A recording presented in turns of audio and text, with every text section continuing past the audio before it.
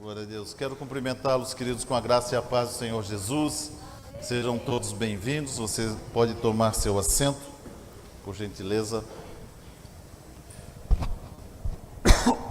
Como o Jefinho falou, nós ainda estamos digerindo, né, o que foi o retiro, um tempo maravilhoso ali no centro, em Barra Velha. Uma semana muito intensa de atividades, né, com a graça de Deus. Como a pastora Cristiane falou ontem, nós estivemos ali na comunidade Batista Vida, ministrando para casais. Né, nós dois estávamos nos sentindo ali, dois congressistas, né, Chuchu? O pessoal, puxa, né? Pastor Saulo e a pastora Cris. Quem é esse casal aí que a gente nem conhece, né? Durante a semana, queridos, nós recebemos uma ligação do pastor Irineu Gruber. O pastor Irineu Gruber, ele organiza todos os anos aí uma conferência ali no Hotel Marambaia. E ele me ligou, acho que na terça-feira, se falha a memória, disse: pastor, nós queríamos convidar você para participar da conferência. E eu fiquei assim extremamente honrado, né? Puxa, que bênção, né? Legal, bacana. Mas como que o senhor lembrou de mim, né? De nós? Assim, o senhor é presidente da Unipaz. Você é verdade, eu tinha esquecido, né? Depois é que eu lembrei, daí, né? Convidando o presidente do Conselho de Pastores, daí aí eu lembrei que eu era presidente do Conselho de Pastores. Foi muito bom. Tivemos ali com o bispo Júlio, né? Júlio Vertúlio. Em 2019 era para ele vir aqui, né? No nosso aniversário de 2019, nós havíamos programado para o bispo Júlio estar conosco, mas em função da pandemia, toda a atividade teve que ser mudada, né? Nós desprogramamos 2020, né? É isso. Mas aí conversamos ali com ele, disse, né, bispo, e para ano que vem nós podemos confirmar, ele pode marcar, pode agendar, né, 2022, então provavelmente em maio, nosso aniversário, o bispo Júlio Vertúlio estará conosco aqui, né, nos abençoando com a palavra de Deus. Isso é precioso demais, queridos, um tempo maravilhoso. Queridos, eu quero compartilhar ao seu coração nesta noite uma palavra. Deus colocou aqui uma palavra no meu coração, né? E eu já compartilhei ela de manhã. E eu creio que o amor de Deus, queridos, ele é tão maravilhoso, né? Nós precisamos compreender o amor de Deus, nós precisamos experimentar o amor de Deus. O problema é que muitas vezes nós não conseguimos discernir como que o amor de Deus se manifesta nas nossas vidas, né? Quando um pai, a palavra de Deus, ela declara que o pai, ele precisa exortar seu filho com vara, óbvio que quando necessário, né? Quando um filho está tomando umas varadas na bunda, ele não sente prazer nenhum em tomar varada, né? Ele se sente, puxa, né? Estou apanhando, meu pai está me batendo. Porém, queridos, é um gesto de amor, né? Um gesto maravilhoso de amor. A minha mãe fez isso conosco assim com bastante eficiência, né? E hoje, graças a Deus, a gente, né, tá aí caminhando com Cristo. Então, eu louvo a Deus pelas correções que a gente recebeu. A palavra de Deus em Hebreus capítulo 12, ela declara que Deus corrige quem Ele ama, Deus açoita quem Ele ama, né? E é interessante, queridos, que nós não vemos Deus pegar alguém no colo e dar umas varadas na bunda. No entanto, a Bíblia afirma que Ele açoita. É uma forma figurada.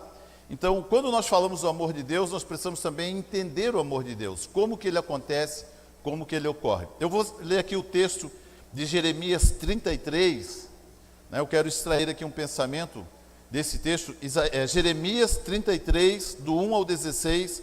Depois nós vamos identificar aqui, queridos, alguns valores do amor de Deus. É importante que a gente saiba identificar o amor de Deus em nossas vidas, para que nós não corramos o risco de sermos amados por Deus e não considerarmos esse amor, sermos ingratos com Deus. Porque muitas vezes nós não compreendemos o que Deus está realizando na nossa vida e nós achamos que Deus não nos ama, né? No entanto, nós vemos em praticamente todas as passagens bíblicas as demonstrações do amor de Deus. Vamos fazer a leitura desse texto, Jeremias capítulo 33, e depois nós vamos aqui extrair alguns valores para o nosso coração. A palavra de Deus, ela declara assim, 33:1. Veio a palavra do Senhor a Jeremias pela segunda vez, estando ele ainda preso no pátio da guarda. Assim diz o Senhor que faz isto, o Senhor que forma isto para o estabelecer, o Senhor é o seu nome. Clama a mim e responder-te-ei, e anunciar-te-ei coisas grandes e ocultas que não sabes. Pois assim diz o Senhor, o Deus de Israel, acerca das casas desta cidade e das casas dos reis de Judá, que foram derrubadas para serem usadas como rampas e contra a espada, na peleja contra os caldeus. Serão enchidas com os cadáveres dos homens que ferirei na minha ira e no meu furor. Esconderei o meu rosto dessa cidade por causa de toda a sua maldade. Farei vir sobre ela saúde e cura. Sararei o meu povo e lhe manifestarei abundância de paz e de verdade. Removerei o exílio de Judá e o exílio de Israel. Os edificarei como no princípio. Eu os purificarei de toda a sua maldade com que pecaram contra mim. Perdoarei todos os seus pecados de rebeldia contra mim. Esta cidade me servirá de nome de alegria, de louvor e de glória entre todas as nações da terra que ouvirem todo o bem que lhe faço. Ficarão espantados e perturbados por causa de todo o bem e de toda a paz que lhes dou. Assim diz o Senhor, neste lugar do qual dizeis que está deserto, sem homens nem animais, nas cidades de Judá e nas ruas de Jerusalém, que estão assoladas, sem homens, sem moradores e sem animais, ainda se ouvirá a voz de deleite, a voz de alegria, a voz do noivo e da noiva, a voz dos que trazem ofertas de ações de graça à casa do Senhor e dizem: dai graça ao Senhor dos exércitos, pois bom é o Senhor e o seu amor dura para sempre. Pois restaurarei a sorte da terra, como no princípio, diz o Senhor. Assim diz o Senhor dos exércitos: ainda neste lugar que está deserto, sem homens e sem animais, e em todas as suas cidades haverá pastagens onde os pastores farão repousar os seus rebanhos. Na cidade da região montanhosa, nas cidades das planícies, nas cidades do sul, na terra de Benjamim, nas aldeias em redor de Jerusalém, nas cidades de Judá, ainda passarão os rebanhos pelas mãos de quem os conta, diz o Senhor. Vem dias, diz o Senhor, em que cumprirei a palavra boa que falei à casa de Israel e à casa de Judá. Naqueles dias e naquele tempo farei que brote a Davi um renovo de justiça. Ele fará juízo e justiça na terra. Naqueles dias Judá será salvo e Jerusalém habitará seguramente. Este é o nome que lhe chamarão: o Senhor é a nossa justiça. Aleluia. Curve sua cabeça, queridos, vamos orar mais uma vez ao Senhor. Pai querido, obrigado, Pai. Nós queremos engrandecer ao Senhor, agradecer ao Senhor, Pai, por tantas maravilhas que o Senhor tem operado no nosso meio. Nos alegramos, ó Pai, pela obra maravilhosa que o Senhor tem feito, ó Deus, em nossas vidas. Obrigado pelas dádivas maravilhosas do Senhor. O Senhor nos deu Cristo Jesus para a nossa salvação. O Senhor nos deu o Espírito do Senhor para a nossa consolação. E o Senhor nos deu a sua palavra para a nossa instrução. Nós nos alegramos, Paizinho querido, por tantas dádivas maravilhosas. Pai, nessa noite, Deus, nós queremos nos alimentar dessa palavra, desse pensamento bíblico. Paizinho querido, ajuda-nos, ó Deus, através da ação do Teu Espírito Santo, que sejamos edificados na nossa fé, que possamos crescer no conhecimento, na compreensão, ó Pai, da Tua palavra, que a graça do Senhor seja sobre as nossas vidas, nos faça prosperar na nossa caminhada de fé. Essa é a nossa oração e desde já te agradecemos, Pai, no nome poderoso de Jesus. Amém. Glória a Deus. Aleluia. Queridos, eu quero usar como título nessa noite o renovo das promessas de Deus. O renovo das promessas de Deus. Né?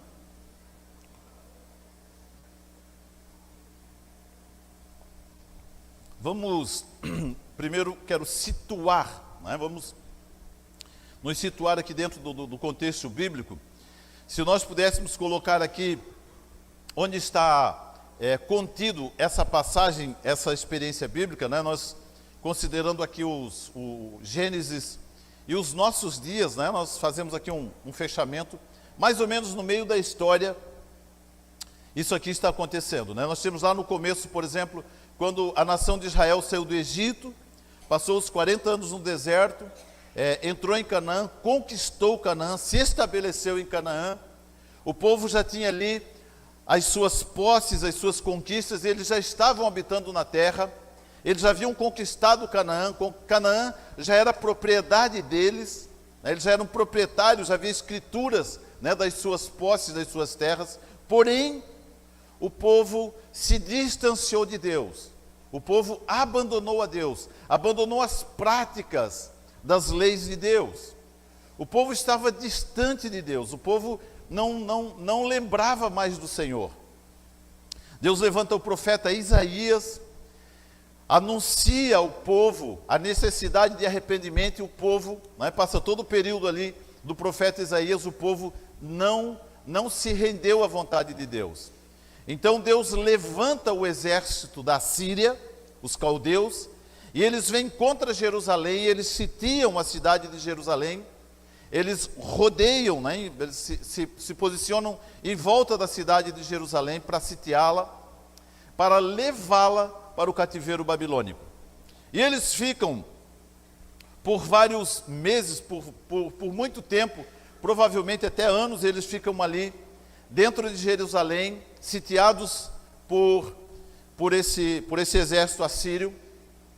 E Deus então levanta o profeta Jeremias, e o profeta Jeremias, ele surge, queridos, no meio do povo, dentro dos muros de Jerusalém, com o propósito de fazer o povo e o rei Zedequias compreenderem que o que Deus estava fazendo era algo benéfico para o povo. No entanto, quando Jeremias vem e profetiza acerca do cativeiro babilônico, Zedequias manda prender Jeremias.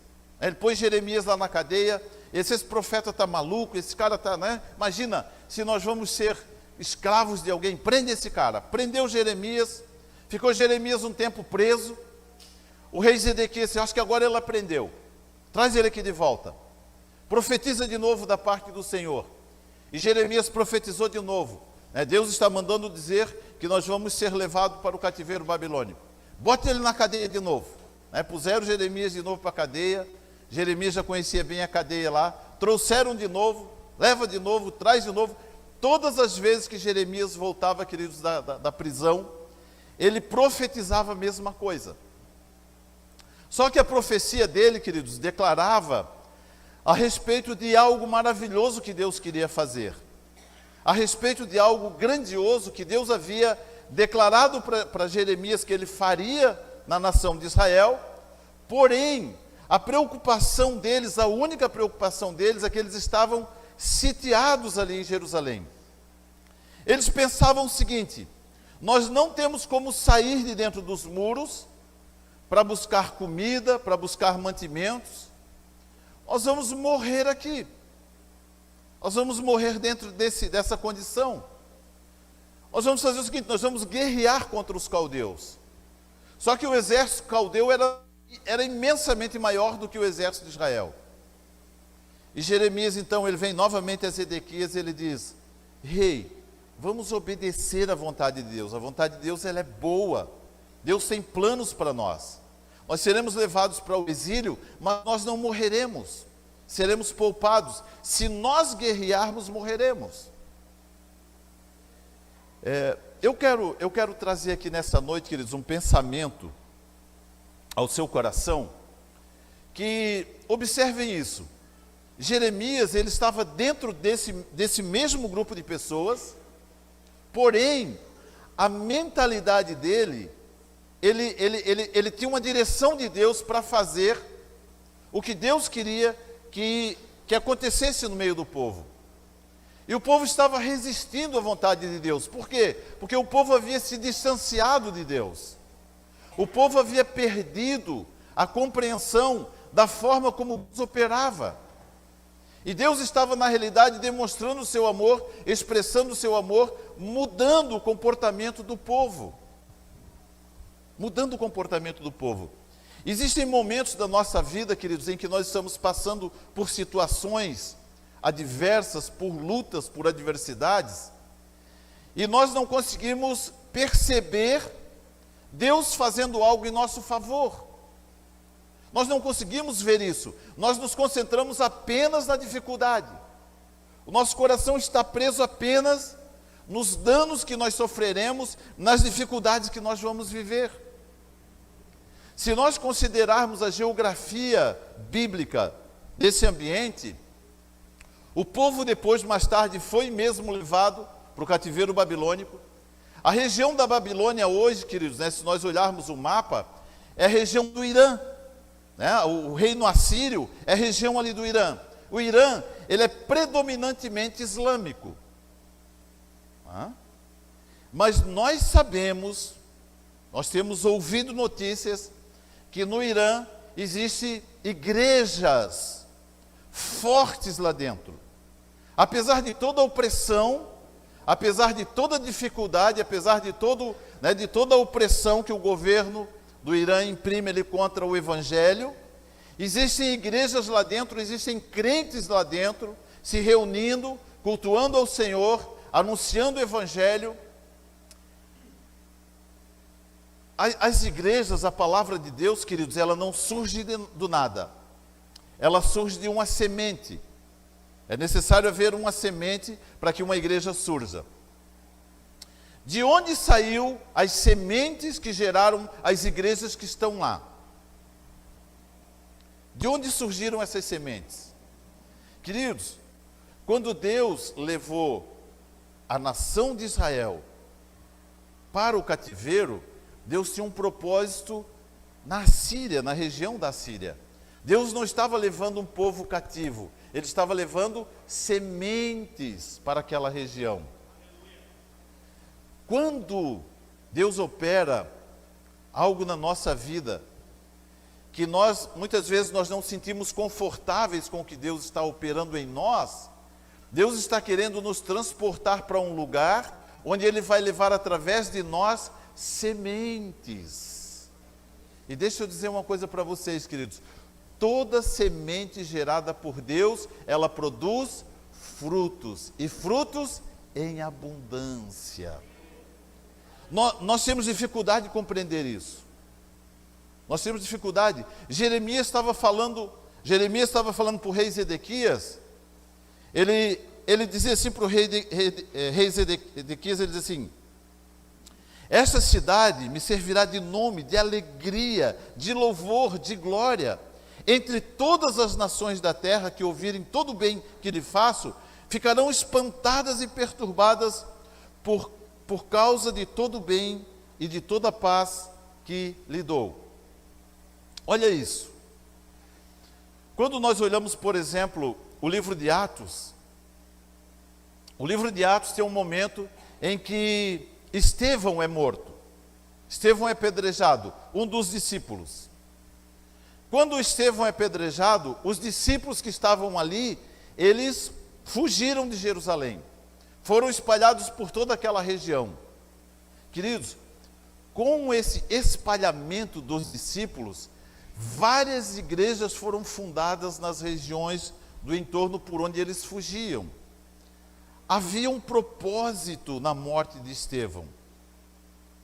Todas as vezes que nós passamos por uma dificuldade, o Senhor está olhando para nós e querendo fazer uma grande semeadura através das nossas vidas. Quantas pessoas já passaram aqui pela comunhão cristã e hoje estão em outros lugares semeando a palavra de Deus? Quantas pessoas? já passaram pelo nosso meio e Deus as levou para semearem a palavra de Deus. Deus tem um propósito através daquilo que nós passamos, através daquilo que nós vivemos, né? Eu quero conversar um pouquinho com você, e é importante que nós entendamos isso, muito importante que nós entendamos isso, queridos.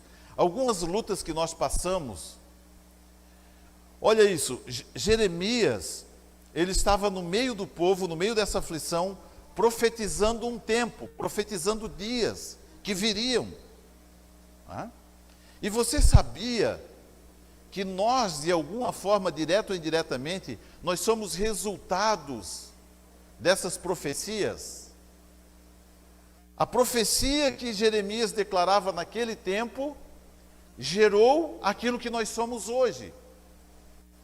Olha o que ele falava, quando ele diz aqui: esta cidade me servirá de nome, de alegria, de louvor e de glória. O povo havia completamente abandonado a Deus, eles não tinham mais os costumes de cultuar a Deus. E Jeremias está no meio de uma situação de caos, né? Profetizando a respeito de algo, liberando uma palavra a respeito de algo, declarando que em tempos futuros isso aconteceria, que era necessário que o povo, aquele povo, fosse para o cativeiro, para que houvesse uma transformação no coração daquele povo. Queridos, e olha o que nós somos hoje, olha isso. Esta cidade me servirá de nome, de alegria, de louvor e de glória. O cumprimento das promessas de Deus, nós as estamos vivendo hoje, queridos. Nós somos o resultado daquilo que foi profetizado. Alguém um dia lançou uma semente de onde nós fomos gerados, de onde nós como igreja surgimos. Olha a visão do profeta Jeremias, no meio do caos. Como nós nos comportamos no meio do caos? Como nós nos comportamos no meio das adversidades, no meio das dificuldades? Quais palavras saem da nossa boca no meio das adversidades? Paulo e Silas, anunciando o Evangelho, pregando a palavra de Deus. Um grupo de pessoas não concordaram com o que eles estavam falando. Os levaram para serem surrados. Condenaram ele aos açoites. E a condenação, ela funcionava da seguinte forma, queridos. A condenação era essa: quem fosse condenado ao açoite, ele tomava 40 chibatadas menos uma, ou seja, 39. Essa menos uma, era um sinal de misericórdia de quem o havia condenado. Grande misericórdia, né? Em vez de tomar 40, ele tomava só 39. Né? Paulo e Silas são amarrados, surrados, 39 chibatadas. Depois que eles haviam tomado 39 chibatadas, estavam, com as costas toda marcada e sangrando e cortada. Os dois são levados para o cárcere, são presos, têm suas pernas amarradas num tronco. E o que eles estavam fazendo lá? Eles estavam reclamando, da situação. Olha, que vida injusta, que vida ingrata, que vida desprezível. Era isso que eles estavam fazendo? Não, queridos, eles estavam lá adorando a Deus, glorificando o Senhor, exaltando e engrandecendo o nome do Deus a quem eles serviam. Todos os que estavam no cárcere ouviam eles glorificarem a Deus. Queridos, existem momentos pelos quais nós passamos, que Deus está nos preparando para uma grande semeadura, para fazer algo maravilhoso, para fazer algo extraordinário. Se nós não tivermos esse entendimento, nós começamos a liberar palavras de maldição, ao invés de declararmos palavras de bênção, palavras, queridos, nós somos promotores da paz de Cristo. Nós somos aqueles que anunciam a obra maravilhosa de Deus. No meio do caos, no meio da adversidade, é o melhor lugar, queridos, para nós semearmos É a palavra de Deus. Nós precisamos entender isso. Deus nos chamou para sermos emissários das maravilhas de Deus. Quantos compreendem essa palavra, queridos? Não é?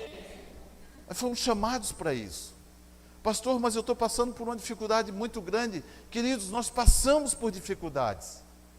Nós passamos por lutas. Nós passamos por adversidades.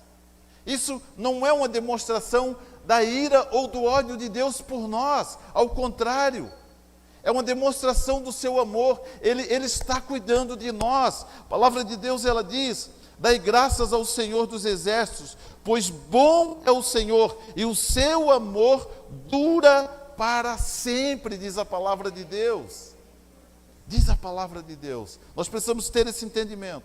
Jeremias, dentro dessa condição, ele era o único que estava percebendo, ele era o único que, movido por Deus, liberava palavras de bênção, estava abençoando o seu povo. Eu quero colocar aqui 3 pensamentos, queridos. Nesses 3 pensamentos, eu quero despertar o seu coração para uma verdade a respeito de quem nós somos em Deus, o chamado de Deus para as nossas vidas, como Deus opera, como Deus revela, como Deus manifesta o seu amor. Deus nos ama, e Ele quer que esse amor que Ele dispensou sobre as nossas vidas alcance outras pessoas, chegue ao coração de outras pessoas. Às vezes nós conversamos com algumas pessoas e elas estão assim tão desprovidas de fé, elas estão assim, sabe, tão zeradas de crer em algo, por conta das decepções que elas vivem na sua vida. E nós somos aqueles, queridos, que fomos chamados por Deus para acender a fé dessas pessoas, para despertar a fé dessas pessoas. A palavra de Deus, ela diz: sem fé é impossível agradarmos a Deus. Nós somos os responsáveis por ativar a fé dessas pessoas. Deus nos chamou para isso. Deus nos chamou para nós sermos esses emissários da boa mensagem de Deus. Quantos emissários do Evangelho nós temos aqui, queridos, né? Nós precisamos contagiar as pessoas com aquilo que Deus fez em nossas vidas, né? Primeiro pensamento, o versículo 3, a palavra de Deus, ela diz assim: clama a mim, e responder-te-ei, e anunciar-te-ei coisas grandes e ocultas que não sabes. Clama a mim. E aqui Deus declara, queridos, 2 coisas que Ele faz através do nosso momento de oração, através do nosso clamor. Primeiro, Ele responde às nossas orações, e Ele anuncia coisas que nós não sabemos. Então, primeiro pensamento, Deus responde e anuncia. Primeiro pensamento, Deus responde às nossas orações e Deus anuncia coisas que nós não sabemos. Olha que maravilhoso isso. Nós oramos e nós dizemos assim: puxa, né? Eu orei, eu coloquei diante de Deus e Deus não me respondeu. Talvez, queridos, Deus não tenha respondido exatamente como nós queríamos, mas Ele sempre responde às nossas orações. A questão é que nem sempre a oração de Deus é exatamente como nós imaginamos. Senhor, puxa, eu queria tanto um carro. Aí Deus abre uma porta de um emprego. Não, Deus, eu não pedi emprego, eu pedi um carro.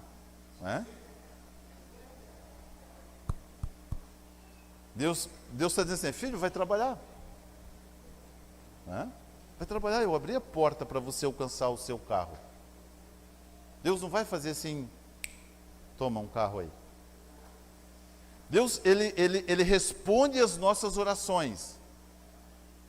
Ele não responde o que nós queremos ouvir. Ele responde o que nós precisamos ouvir.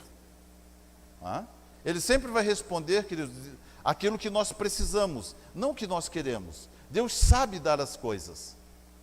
O problema é que nós temos dificuldade de interpretar isso. Jeremias, ele vinha ao rei Zedequias, ele entregava a palavra de Deus. O que o rei Zedequias fazia com ele? Põe na cadeia, até ele mudar de ideia. Às vezes, queridos, nós levamos a mensagem de Deus para uma pessoa, entregamos a mensagem de Deus para uma pessoa, sabe o que as pessoas fazem? Né? Nos colocam na cadeia. Eu não quero ouvir isso. Essa palavra eu não quero ouvir. Mas é a palavra de Deus. Né? É a revelação da palavra de Deus. Ele diz: clama a mim e responder-te-ei e anunciar-te-ei coisas grandes e ocultas que não sabes. Existem coisas, queridos, que nós não sabemos e precisamos saber delas. A questão é que muitas vezes, por ignorarmos a forma como Deus opera, nós passamos a nossa vida inteira sem nunca sabermos o que Deus tinha para a nossa vida. Não compreendemos a forma como Deus se manifesta, se relaciona com as pessoas. Diga assim comigo: Deus responde e Deus anuncia.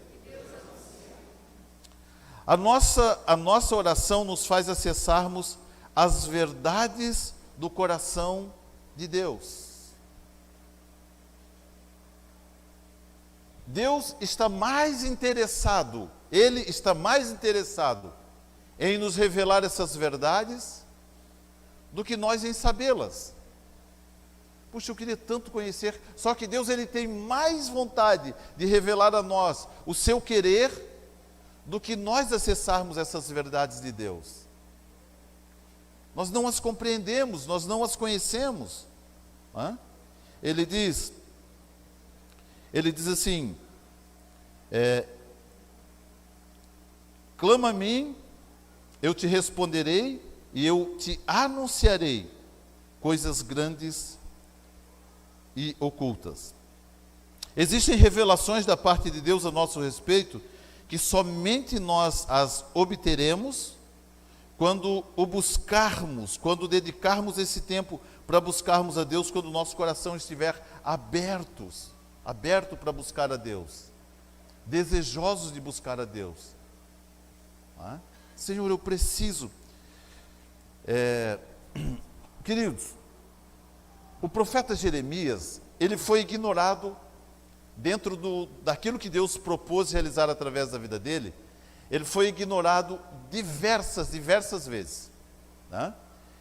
Ele foi preso, ele foi lançado numa cisterna de lama. Eles procuravam de todas as formas ignorar o que era a mensagem de Deus para o povo, Deus querendo abençoar o povo através do profeta, e ele era ignorado. Quantas vezes os profetas de Deus têm trazido uma mensagem de Deus para as nossas vidas e nós os ignoramos? Quantas vezes vou dar um exemplo, o nosso líder de grupo familiar nos dá um conselho, nos dá uma direção e nós ignoramos aquilo. Nós desprezamos aquilo porque nós ignoramos a pessoa que está trazendo a mensagem. Nós desprezamos a pessoa, e ao desprezarmos a pessoa, nós desprezamos também a mensagem de Deus para a nossa vida. E dizemos: Deus não responde às nossas orações. Queridos, Deus não só responde, como Ele nos revela coisas grandes e ocultas que nós não sabemos. Nos revela coisas maravilhosas. Precisamos nos aproximar. Essa promessa foi dada através do profeta Jeremias, e nós, essas profecias, e nós as desfrutamos hoje. Nós desfrutamos dessas promessas hoje. Como é maravilhoso nós vivermos o que estamos vivendo hoje, porque foi profetizado, porque foi declarado.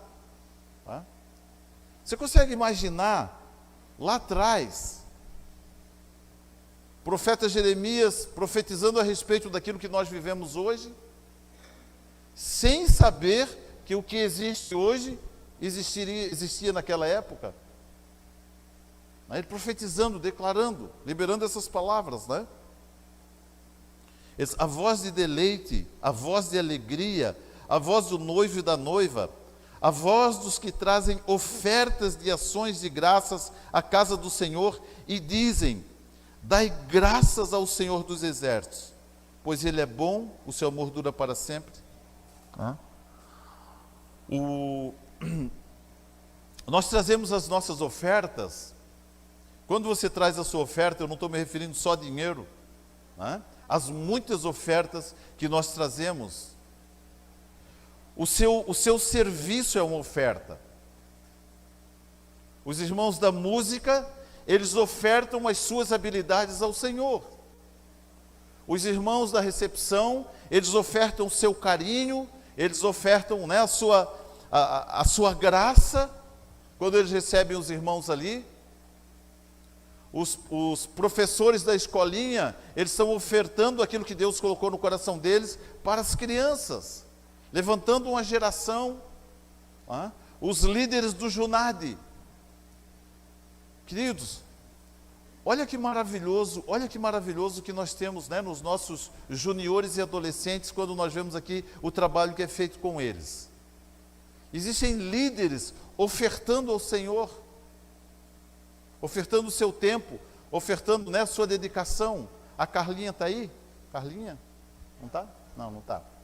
A Carlinha, ela botou uma foto dela dedicando o tempo dela, preparando a palavra para ministrar ontem nos juniores e adolescentes, né? É uma oferta. Quem ministrou ontem no Carlos, né? Ministrou ontem à noite no Jovem, foi o Calão? Foi, né? Isso, dedicou o seu tempo para preparar uma palavra. De óculos eu não enxergo muito longe, só enxergo sem óculos, né? Então, eu vi que o Calão estava lá no começo, agora já está ali. Então, são ofertas, querido, ele diz, né? Trazem ofertas de ações de graças à casa do Senhor. Eles haviam perdido o costume, o hábito de fazerem isso. Quando Jeremias profetizava, ele disse: esse cara é maluco, né? Esse homem de Deus é meio doido. Mais ou menos assim, esse crente é maluco. Aliás, queridos, ser crente é meio maluco ser crente, não é? É meio maluco ser crente. As pessoas, elas dizem assim: vocês vão todo domingo na igreja? Todo domingo, toda quinta, toda quarta, né? Vocês são malucos. Vocês somos, né? Só que nós somos malucos gerados por Deus. Nós somos malucos pelo nosso Deus. Ele nos fez assim, né? Nós amamos estar na casa de Deus, né, ofertando a Deus. Jeremias estava profetizando isso lá, declarando isso lá atrás, né? Existem verdades, queridos, a nosso próprio respeito, verdades que nós só vamos descobri-las a partir do momento que nós dedicarmos tempo para buscarmos em Deus. Ele diz: clama a mim e responder-te-ei e anunciar-te-ei coisas grandes e ocultas que não sabes. Queridos, quando eu olho para essa plateia, eu sei que aí no meio de vocês, Deus está levantando pastores, profetas, evangelistas, mestres, apóstolos. Eu sei que Deus está fazendo isso.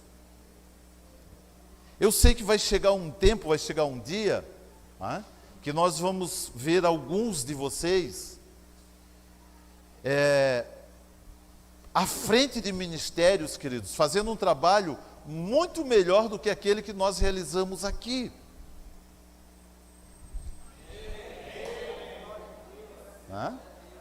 É verdade isso. É verdade isso. Agora, qual tem sido a nossa busca para que isso se torne realidade nas nossas vidas? Fazer uma palavra profética aqui. Pastor César e pastora Sabrina.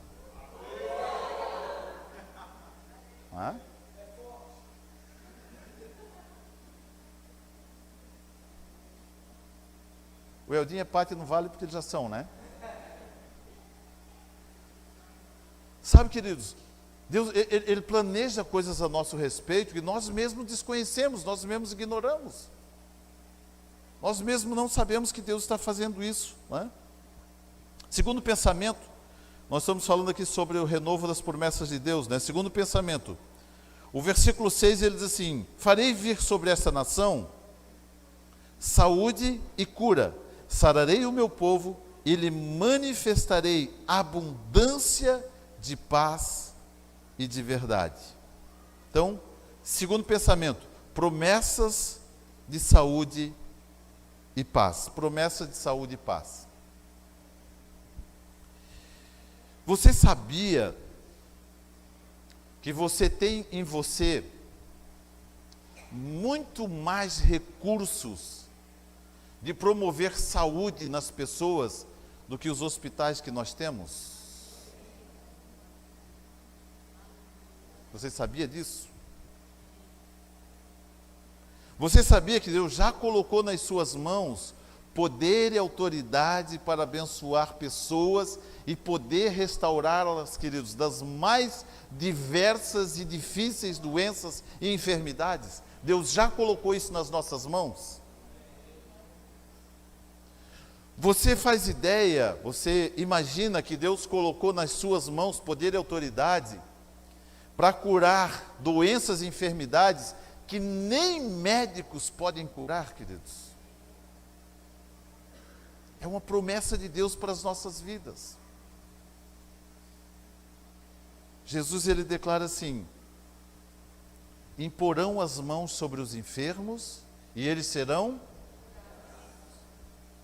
A gente ainda, por falta de entendimento, a gente ainda acrescenta um pouquinho, né? A gente impõe a mão e fica orando para fazer a coisa ficar mais, né? Para dar uma emoção maior, né? Deus, em nome de Jesus, né? Senhor, cura, né? Queridos, a Bíblia diz que nós vamos impor as mãos sobre os enfermos e eles serão curados. É só impor as mãos. É só impor as mãos.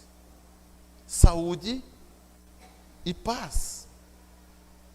Nós tivemos ali essa semana passada, né? Semana passada nós tivemos uma experiência. Eu fiquei impressionado, mas fiquei assim maravilhado com isso. Tem uma irmãzinha lá no prédio, lá, ela é zeladora, e o marido dela lutou lá muito tempo com câncer, né? E aí fez todo o processo, quimioterapia, aquela coisa toda, e ficou, estava legal. Agora, do nada, ela foi lá fazer um exame e voltou o câncer no marido dela.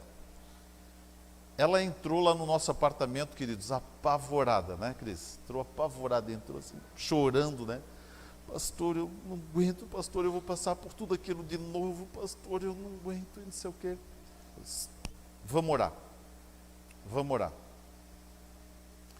E aí oramos com ela, abençoamos a vida dela, declaramos ali algumas palavras sobre a vida dela. E quando eu estava orando, Deus falou, ela se ajoelhou na nossa frente, né, na sala do nosso apartamento lá, ela se ajoelhou, e nós começamos a orar. Quando nós estávamos orando, Deus falou assim para mim, Ele falou para mim orar isso por ela. Deus fala para ela que a Marta que se ajoelhou não é a mesma Marta que vai se levantar. A Marta que vai se levantar daí é uma Marta diferente daquela que se ajoelhou. Eu orei e declarei isso por ela.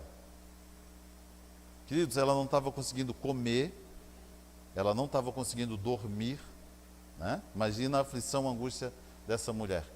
15 minutos depois ela mandou uma mensagem para mim: pastor, glória a Deus, pastor, é outra mulher mesmo que saiu dali, é outra pessoa que levantou ali daquele, agora eu estou crendo, pastor, que Deus vai operar algo maravilhoso, que Deus vai fazer algo maravilhoso. Trouxe paz ao coração dela, queridos, a nossa oração.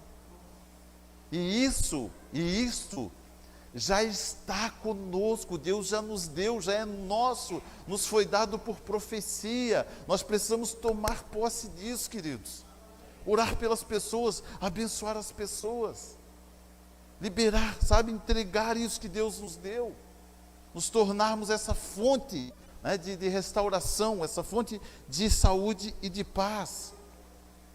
Existem coisas, diga assim comigo: eu tenho em minha vida uma promessa de saúde e paz.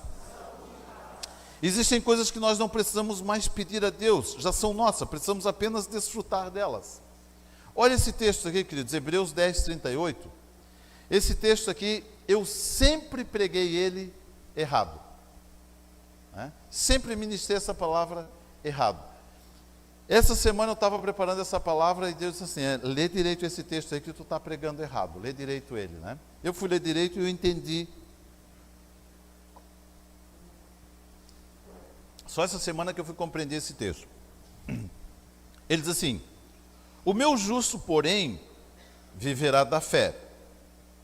E se ele recuar, a minha alma não tem prazer nele. Eu sempre imaginava o seguinte, quando uma pessoa desiste de caminhar com Cristo, né? Quando uma pessoa para de frequentar a igreja, Deus não tem prazer nele. Se ele recua, Deus não tem prazer nele. Mas não é isso que a palavra está dizendo. A palavra está dizendo o seguinte, o meu justo, porém, viverá da fé. E se ele recuar da fé, a minha alma não tem prazer nele. Queridos, nós vivemos pela fé. A nossa vida é uma vida completamente regrada, embasada, sustentada pela nossa fé.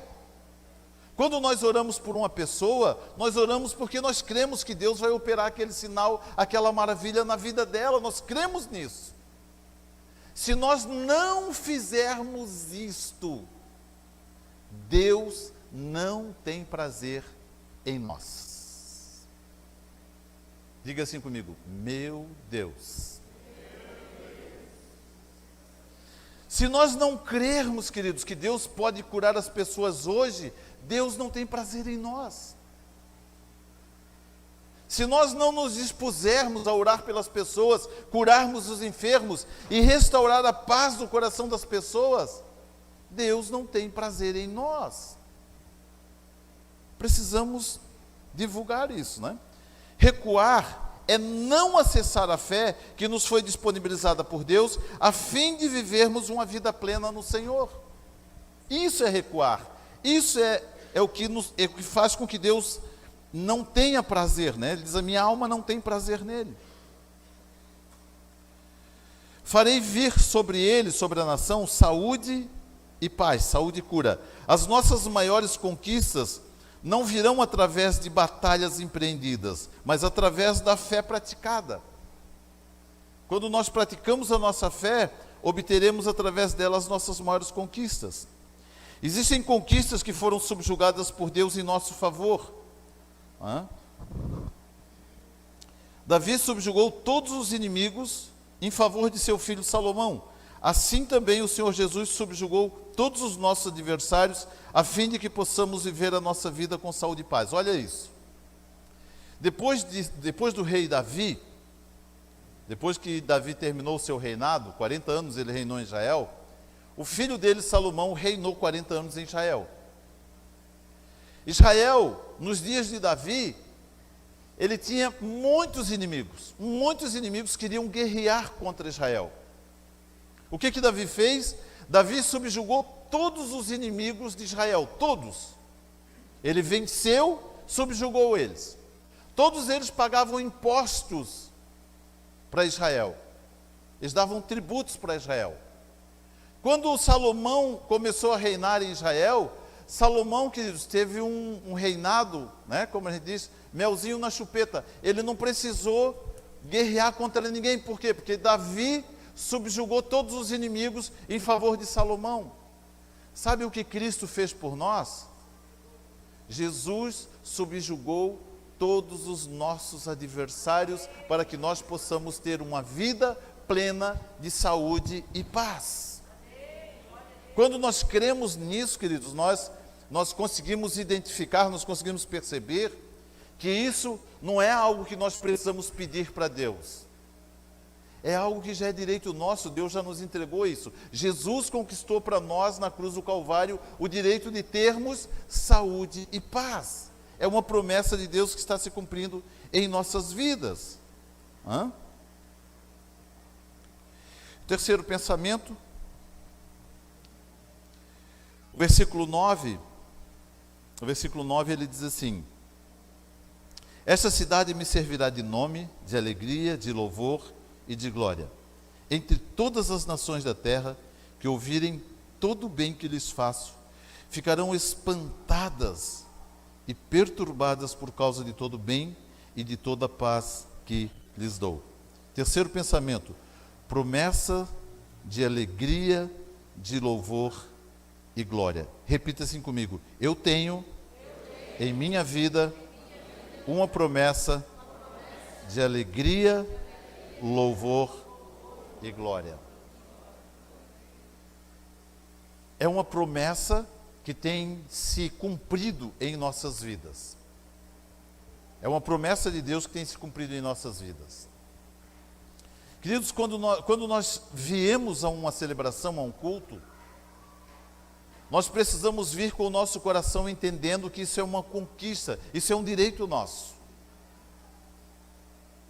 O povo foi para o cativeiro babilônico, ficaram lá 70 anos, porque deixaram de adorar a Deus.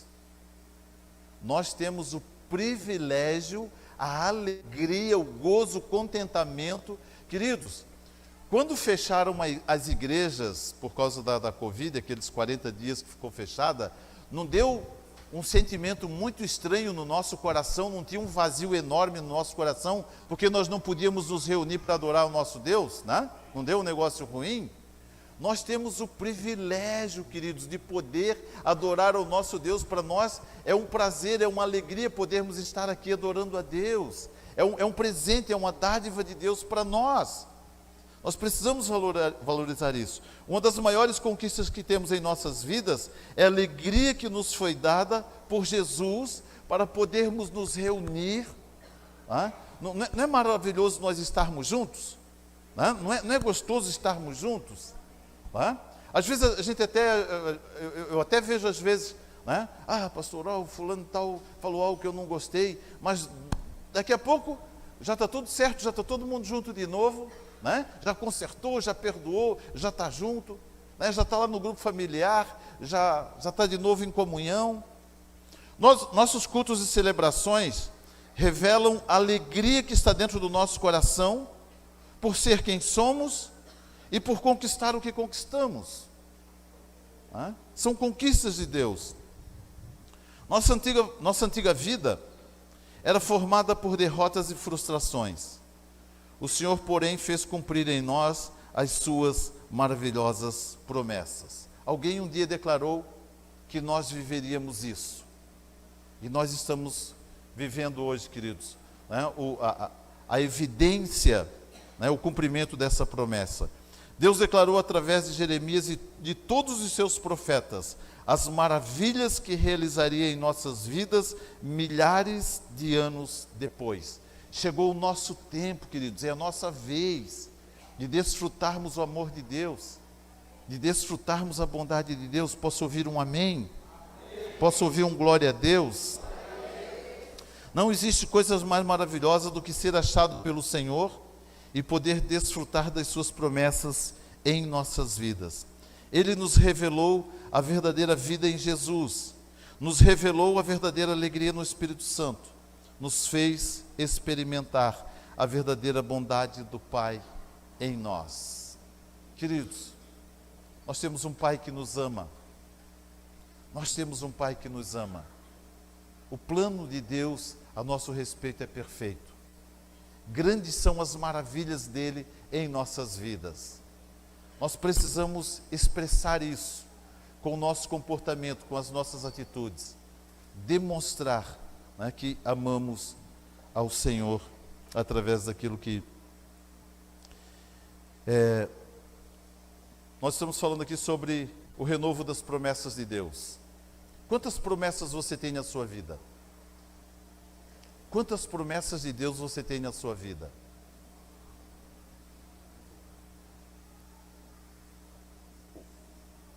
Quando nós começamos, queridos, nós começamos a vir para Balneário Camboriú, iniciamos a igreja em Balneário Camboriú, a comunhão que está em Balneário Camboriú, em 1999. Nós vínhamos toda semana, era um grupo familiar aqui do outro lado da BR. Nós nos reuníamos ali com um pequeno grupo de 6, 7, 8 pessoas, toda semana. E as pessoas falavam para nós, elas profetizavam na nossa vida, e elas diziam assim: Saulo, um dia Deus vai levar tu e a Cristiane para serem pastores em Balneário Camboriú. Nós, isso nunca entrou no nosso coração. Isso nunca entrava no nosso coração. A gente ouvia, queridos, a gente não colocava valor nisso. Um dia, novembro de 2007, vários anos depois de muita gente profetizar na nossa vida, eu estava no tempo integral na igreja lá em Blumenau, e nós estávamos um dia em 4 pastores, tomando um café lá num corredor da igreja, e de repente o Rogerinho, lá um seminarista que estava fazendo o prático dele lá na igreja de Blumenau, ele chegou lá para mim e falou assim: Saulo, tem um rapaz lá na frente que quer falar com o pastor. E aí eu cheguei lá na frente, queridos, lá na recepção tinha um sofá em L assim, né? E aí o cara estava sentado, estarradão assim no sofá, estava bem assim. Quando eu cheguei, ele disse: tu é pastor? Sou. Senta aí, eu quero falar contigo. Daí eu passei perto dele, deu para sentir aquele bafão da pinga, da marvada. Aí eu sentei do lado dele, ele olhou para mim e disse: vocês não estão fazendo o serviço de vocês direito. Eu disse: eu vou jogar ele lá na rua. Jogar ele lá na rua. Eu disse: por que nós não estamos fazendo nosso serviço direito? Porque tem um monte de gente ali debaixo da ponte ali que vocês não estão dando assistência, vocês não estão atendendo eles. Queridos, o Marcinho lembra dessa época. O pessoal de debaixo da ponte que ele falou, eu sabia o nome, eu sabia a idade, eu conhecia a história de cada um deles. Eles iam lá na igreja, eles pediam para falar com o pastor Saulo, porque eu era o único lá que dava atenção que eles queriam, né? Dava roupa, dava tudo que eles precisavam, eu arrumava lá para eles. Eu disse: eu vou jogar ele lá na rua, né? Vou pegar ele e vou jogar lá na rua. Porque vocês não estão fazendo direito, não sei o que, não sei o que. De repente, queridos, ele muda, sai o bêbado, e entra alguém que olhou para mim e disse assim: agora não é mais eu que falo contigo, agora é o Senhor que fala contigo. Ele disse: Deus não te chamou para fazer o que você está fazendo aqui. Não é esse o chamado de Deus para a tua vida. Lá para aquela cidade onde Deus te levou no começo, para lá Ele vai te levar de volta. Deus tem um propósito na tua vida lá naquela cidade. E aí eu comecei a ficar assim meio, sem entender o que estava acontecendo. E aí de repente soltou o cabinho do celestial, né? E voltou o bêbado. Aí o bêbado: que lugar é esse? Onde é que eu estou? Aí eu conversei com ele. Os caras: tu já teve algum envolvimento com a igreja? Tu já frequentou alguma igreja? Ele disse: pastor, eu tive preso 2 anos, e lá no presídio, a Assembleia de Deus fazia um trabalho lá, fazia uns cultos lá, e eu participava lá com eles. Mas o único envolvimento que eu tive com a igreja foi esse. Eu disse: tá, faz o seguinte, cara, volta correndo para a igreja. Porque se Deus te usou bêbado para fazer o que Ele fez hoje, tu não faz ideia o que Deus pode fazer na tua vida são. Eu disse: como que eu posso te ajudar? Esse pastor, eu preciso voltar para a minha cidade, lá para Balneário Camboriú. Eu sou Deus. Eu disse: agora eu não vou jogar ele mais fora não, agora... Aí eu dei um valor lá para ele voltar para Balneário Camboriú. Eu estava tentando achar o fio da meada para voltar lá para o café e falar para os pastores o que tinha acontecido ali. Eu estava assim: poxa, por onde é que eu vou começar esse negócio? Quando eu chego de volta lá no café, nós estávamos em 4 pastores, o pastor Sérgio, o pastor Silvestre, o pastor Alexandre e eu. Quando eu sentei na mesa assim, tentando achar o fio da meada, o pastor Sérgio falou assim para mim, ele falou assim, na conversa deles ali, para mim, quem vai para Balneário Camboriú é o Saulo e a Cris. Gustavo, o que vocês estão falando aqui? Eu disse: não, nós estávamos falando de Balneário Camboriú, de quem vai ser enviado para Balneário, e aí eu contei a história do bêbado lá para eles, né? Queridos, eu tive dificuldade de crer numa promessa que grandes homens de Deus declararam na minha vida. Deus precisou mandar um bêbado, né? Para dizer: filho, se tu não acredita nos sãos, então, né? Pelo menos nesse cara aí tu vai acreditar.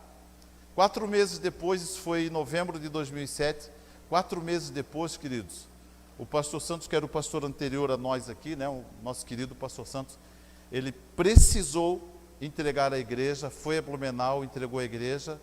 Quando eu vi o pastor Santos em Blumenau falando que ele estava entregando a igreja, eu lembrei do bêbado, né? Então, estamos em Balneário Camboriú. Queridos, existem promessas de Deus a seu respeito, que talvez você até tenha ignorado isso. Mas deixa eu falar uma coisa, Deus vai fazer essa promessa se cumprir na sua vida. Deus vai fazer essa promessa se cumprir. Já foi liberado várias vezes já foram declaradas palavras sobre a sua vida, palavras de Deus sobre a sua vida, para abençoar a sua vida, não é? Queridos, hoje, eu e a pastora Cristiane, nós não conseguimos nos imaginar em outro lugar fazendo outra coisa. A nossa maior alegria, queridos, a maior alegria que nós temos na vida é sermos pastores dessa igreja maravilhosa que são vocês.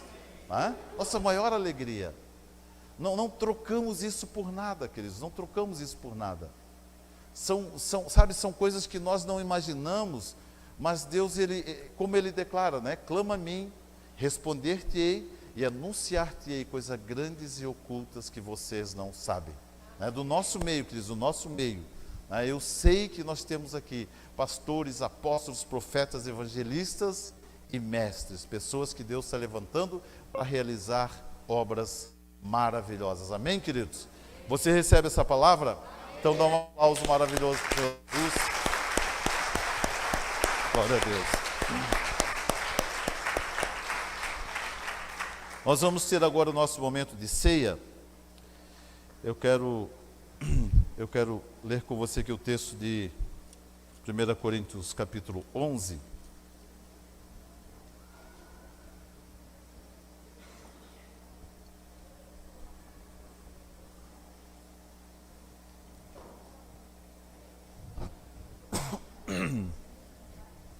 Primeira Coríntios capítulo 11, o versículo 23.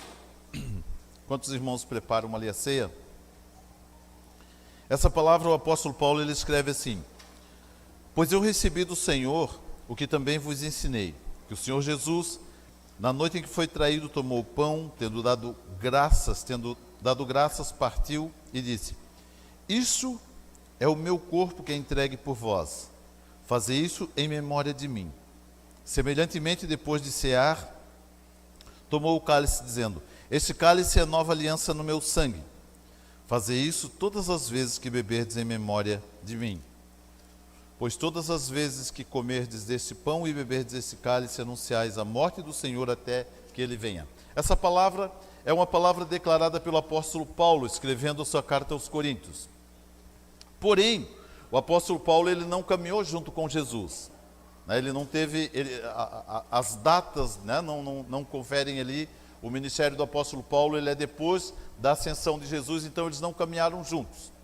Porém, o apóstolo Paulo ele teve uma experiência muito profunda, um arrebatamento com Jesus, e nesse arrebatamento, então, provavelmente Deus o revelou isso para ele, e ele traz essa palavra de forma afirmativa.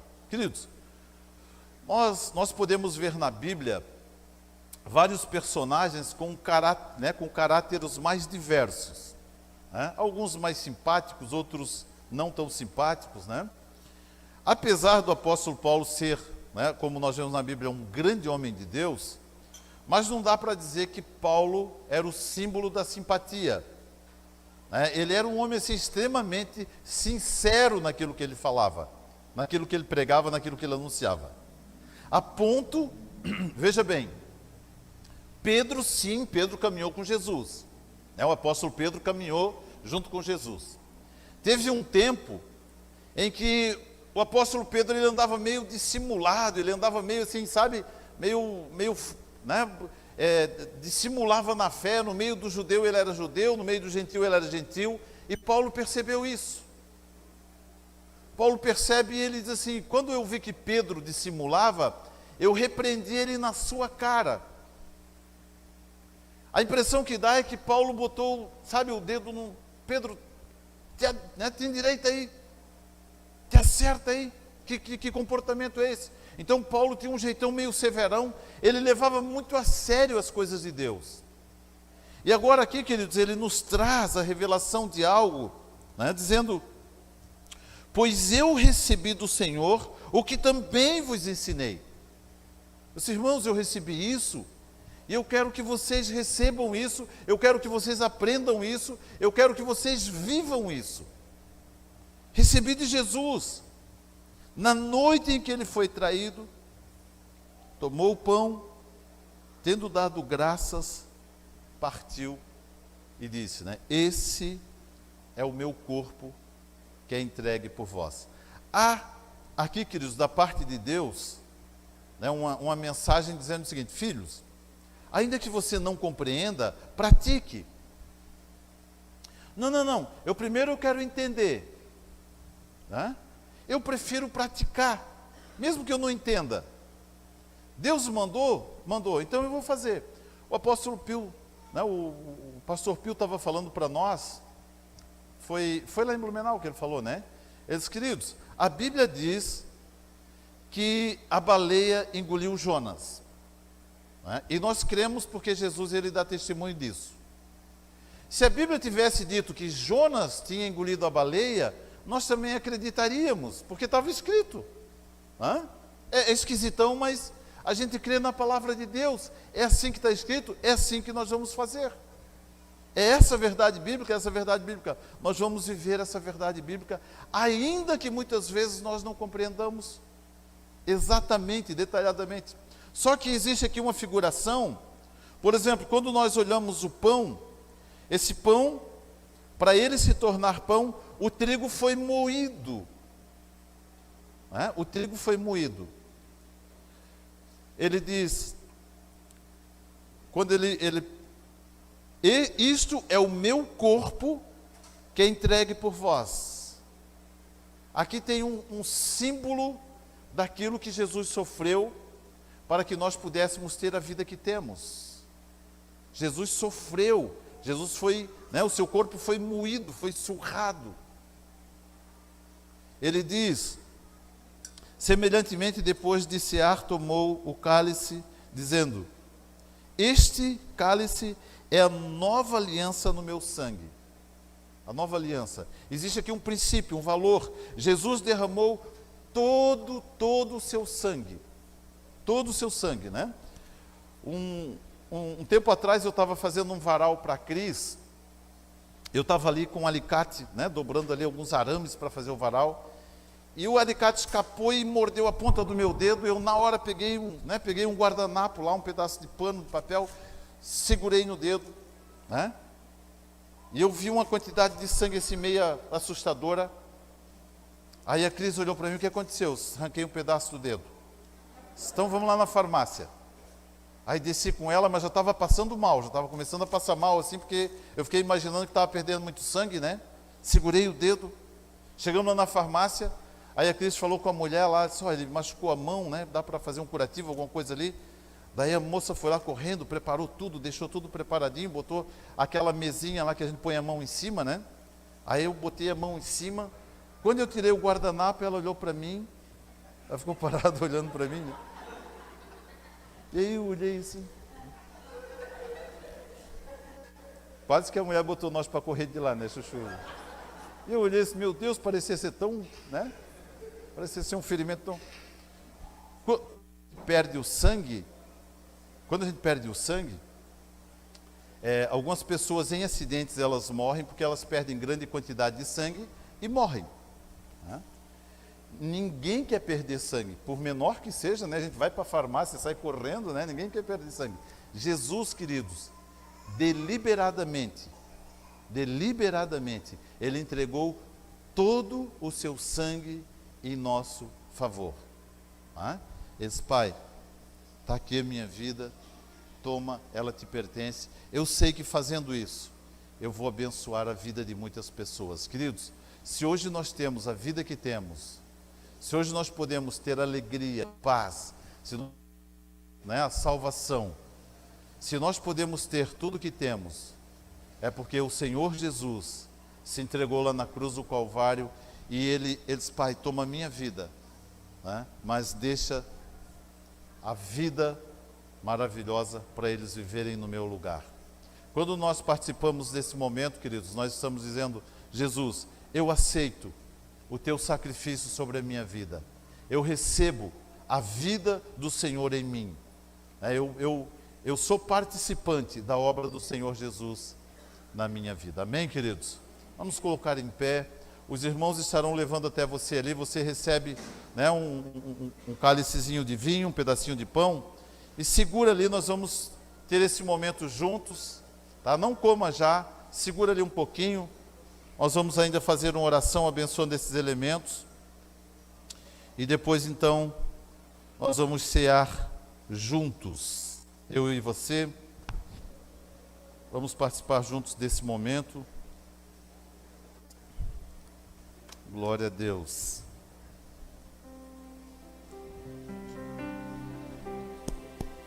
Glória a Deus. Pois eu recebi do Senhor o que também vos ensinei.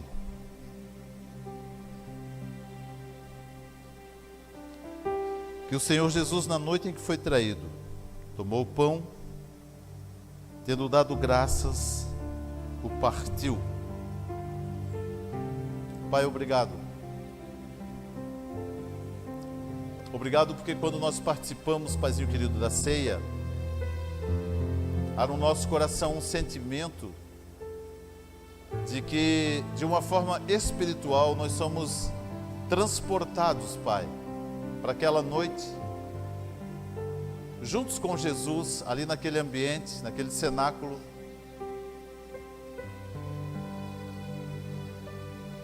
É como se nós estivéssemos juntos naquela noite, olhando para o Senhor, ouvindo as coisas que o Senhor disse, as palavras que o Senhor declarou.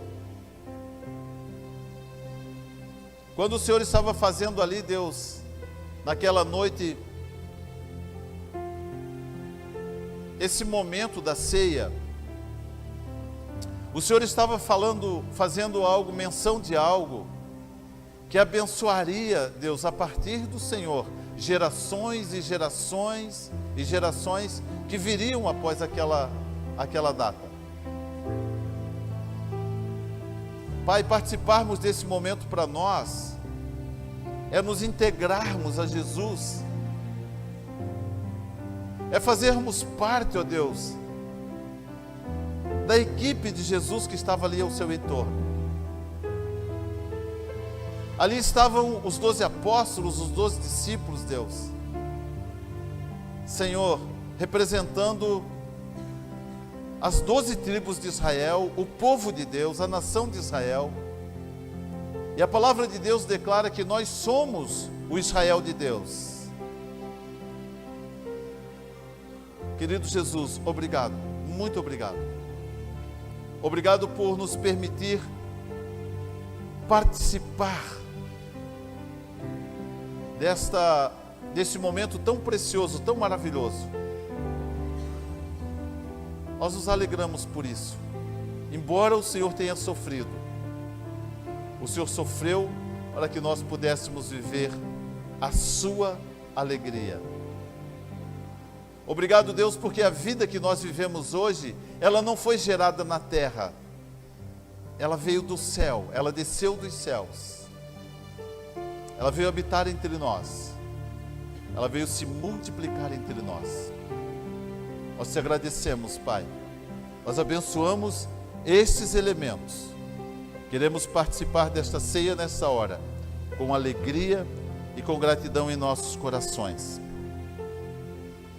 Tendo dado graças, partiu o pão e disse: Isso é o meu corpo, que é entregue por vós, fazei isso em memória de mim. Nesse momento, queridos, você pode comer o pão.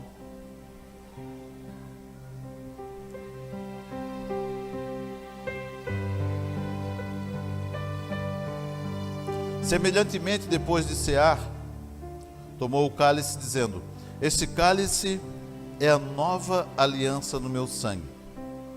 Fazei isso todas as vezes que beberdes em memória de mim, diz o Senhor. Você pode tomar do cálice nesta hora.